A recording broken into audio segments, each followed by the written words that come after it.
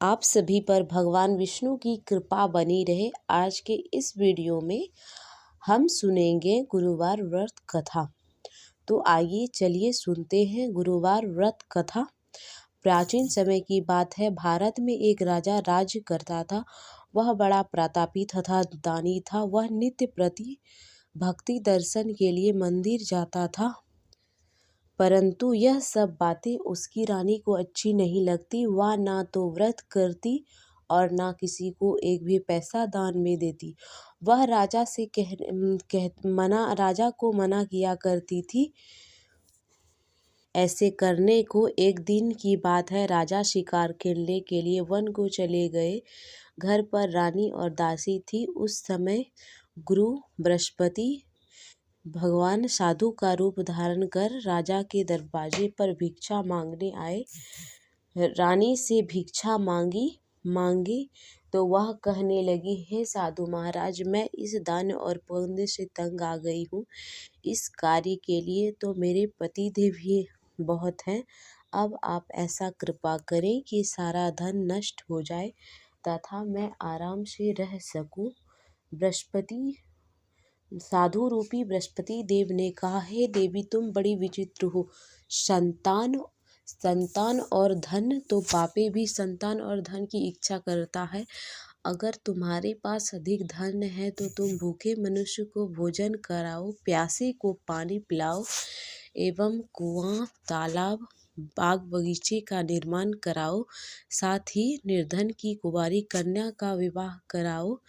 इस प्रकार कर्म करने से तुम्हारे कुल का यश बढ़ेगा, पितृ प्रसन्न होंगे एवं स्वर्ग की प्राप्ति होगी। परंतु साधु की इन बातों से रानी खुश नहीं हुई। उसने कहा, हे साधु महाराज, मुझे ऐसे धन की आवश्यकता नहीं जिसको मैं अन्य लोगों को दान दूं तथा जिसे रखने और संभालने में ही मेरा सारा समय नष्ट हो जाए। बृहस्पति देव ने कहा, यदि तुम्हारी ऐसी ही इच्छा है तो मैं तुम्हें जैसे बताता हूँ तुम वैसे ही करना। 7 गुरुवार तक वैसे ही करना। गुरुवार के दिन घर को गोबर से लीपना, अपने केशों को पीली मिट्टी से धोना, धोते समय स्नान करना, राजा से कहना वह हजामत करवाए, भोजन में मांस मदिरा, कपड़ा धोबी के यहाँ धुलने देना। इस प्रकार 7 बृहस्पतिवार करने से तुम्हारे धन नष्ट हो जाएंगे। साधु के बताए अनुसार रानी ने वैसे ही करना प्रारंभ कर दिया।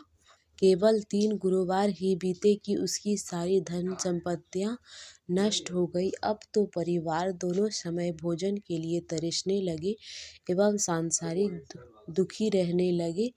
तब एक दिन राजा ने दुखी होकर कहा, हे रानी, मैं यहाँ कोई काम धंधा नहीं कर सकता हूँ। मैं अब परदेश जाता हूँ, वहीं कोई काम धंधा करूँगा, शायद हमारे भाग्य बदल जाए। ऐसा कहकर राजा प्रदेश को चले गया। इधर रानी और दासी राजा के बिना दुखी रहने लगी। किसी दिन उन्हें भोजन मिलता अथवा किसी दिन जल पीकर ही रह जाती। एक समय की बात है, रानी और दासी को 7 दिन बिना भोजन के व्यतीत करना पड़ा। तब रानी ने अपनी दासी से कहा, हे दासी, पास ही के नगर में मेरी बहन रहती है। वह बड़ी धनवान है।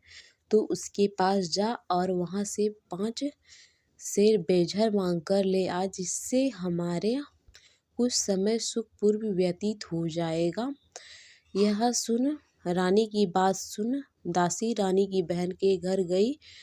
दासी ने रानी की बहन से कहा, हे रानी, मुझे आपकी बहन ने भेजा है, मुझे 5 सेर बेझर दे दो। यह बात दासी ने अनेक बार कही, परंतु रानी ने कोई उत्तर नहीं दिया, क्योंकि वह उस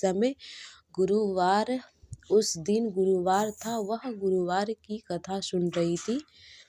जब रानी की बहन से कोई उत्तर नहीं मिला तब दासी दुखी हुई और उसे क्रोध भी आया।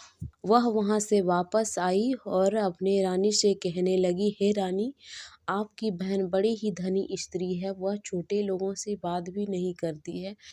मैंने उससे कहा तो उसने कोई उत्तर नहीं दिया।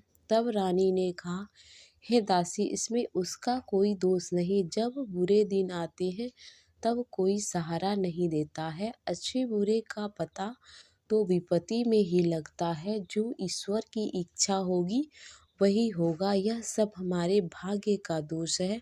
इधर रानी की बहन ने सोचा, मेरी बहन की दासी आई थी, परंतु मैं उससे कुछ बोली नहीं, उससे वह दुखी हुई होगी। अतः कथा सुन विष्णु भगवान का पूजन समाप्त कर वह अपने बहन के यहाँ गई और कहने लगी, हे बहन, मैं बृहस्पतिवार की कथा सुन रही थी। जब तक कथा नहीं होती तब तक हम लोग ना उठते हैं और ना बोलते हैं, इसलिए मैं नहीं बोली। कहो दासी, हमारे घर क्यों गई थी? तब रानी ने कहा, हे बहन, तुमसे तो कोई बात छिपी नहीं है, इसीलिए मैंने तुम्हारे घर कुछ धन लेने के लिए भेजा था। तब रानी की बहन ने कहा, हे बहन, देखो, बृहस्पति भगवान सबकी मनोकामना को पूर्ण करते हैं। देखो, तुम्हारे घर में भी अनाज रखा हो। यह सुन दासी घर के अंदर गई तो उसे एक घड़ा बेझर का मिला। उसे बड़ी हैरानी हुई क्योंकि उसने एक एक बर्तन देख लिया था। उसने बाहर आकर रानी को बताया। तब दासी रानी से कहने लगी, हे रानी, जब हमें भोजन नहीं मिलता तो हम रोज ही व्रत किया करते हैं। अगर इनसे व्रत की विधि और कथा पूछ ली जाए तो हम भी उसे किया करेंगे। दासी की बात मानकर रानी ने अपनी बहन से बृहस्पतिवार के व्रत के बारे में पूछा।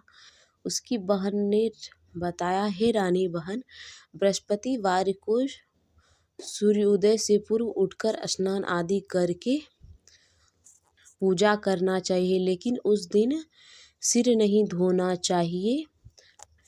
एक समय भोजन करना चाहिए। भोजन पीली खाद्य पदार्थ का करें।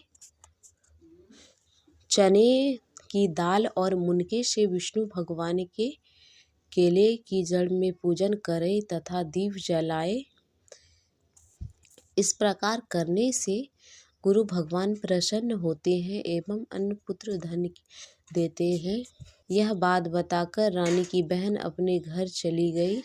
जब अगला गुरुवार का दिन आया तब रानी ने गुड़ चना मंगवाकर बृहस्पतिवार की व्रत करी एवं कथा सुनी।